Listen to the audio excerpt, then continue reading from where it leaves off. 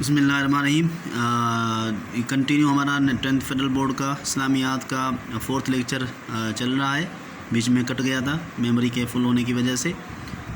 تو ہم یہاں پہ ہم پہنچے تھے آیات کے اندر، کہ جو آیات ہم پڑھ رہے تھے، فَإِذَا ذَهَبَ الْخَوْفُ سَلَقُوكُمْ بِأَلْسِنَةٍ حِدَادٍ عَلَى الْخَيْرِ شَيْطَانَ الْخَيْرِ، کہ جب خوف کا وقت چلا جاتا ہے تو یہ تیز زبانوں سے بات کرتے ہیں اور بخل کرتے ہیں، مال کے اوپر انہیں اپنا حق جتلاتے ہیں، یعنی برائے نام شرکت کرتے ہیں۔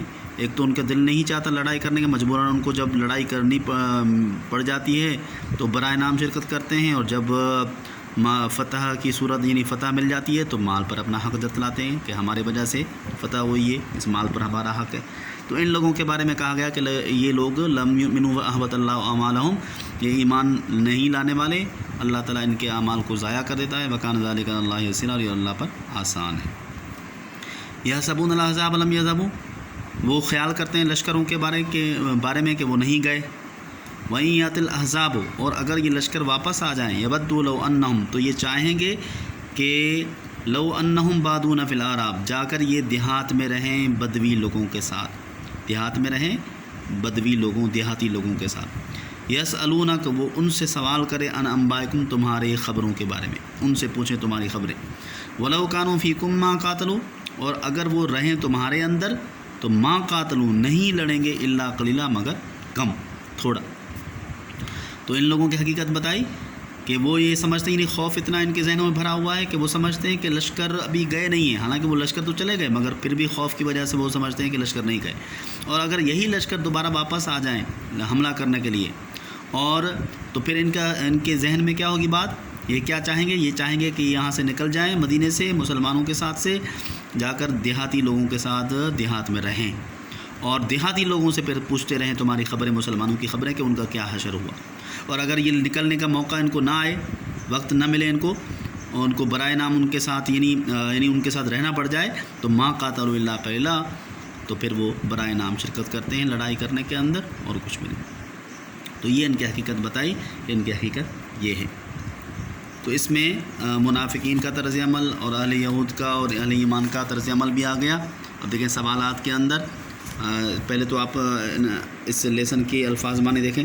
زاغت، ٹیڑھی ہو گئی، ابتلی، آزمائے گئے، اقطار، اطراف، یولون الادبار، وہ پیٹھ پھیرتے ہیں، یاسم، بچاتا ہے، بچائے گا، حلم، آؤ، تدور اعینہم، ان کی آنکھیں گھومتی ہیں، پھر رہی ہیں، یوشا، وشی طاری ہوتی ہے، حدادن، تیز، الاحزاب، گروہ، حزب، واحد ہے، الاعراب، بدو،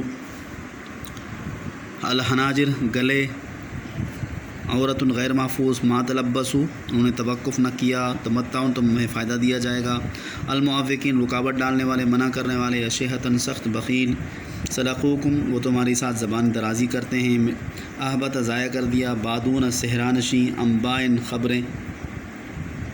ٹھیک ہے، یہ الفاظ معنی ہو گئے۔ اب اس کے الفاظ ایکسرسائز کے اندر دیکھیں ذرا کیا ہے۔ پہلا سوال ہے، سبق کی آیت میں روشن بتائی کہ غزوہ میں علی ایمان کو اللہ کی تائید و نصرت کیسے حاصل ہوئی۔ تو اس کا ذکر ہم پہلے ہی کر کے آئے ہیں، جس کا آپ نے پہلے پڑھا تھا کہ کیسے کیسے اللہ کی تائید و نصرت حاصل ہوئی۔ خندق کی کھدائی کا ذریعہ بنا، طوفانی ہوا اللہ تعالیٰ نے بھیجی، فرشتوں کا نزول ہوا، نعیم بن مسعود، یہ ہیڈنگز ہے، ان کو آپ تشریح واضح کر سکتے ہیں، تو یہ لمبا ہو جائے گا۔ دوسرا سوال کیا ہے؟ دوسرا سوال یہ ہے کہ غزوہ احزاب کے دوران آزمائش کی گھڑی میں اہل ایمان اور منافقین کا طرز عمل، اہل ایمان اور منافقین کا طرز عمل کیا تھا۔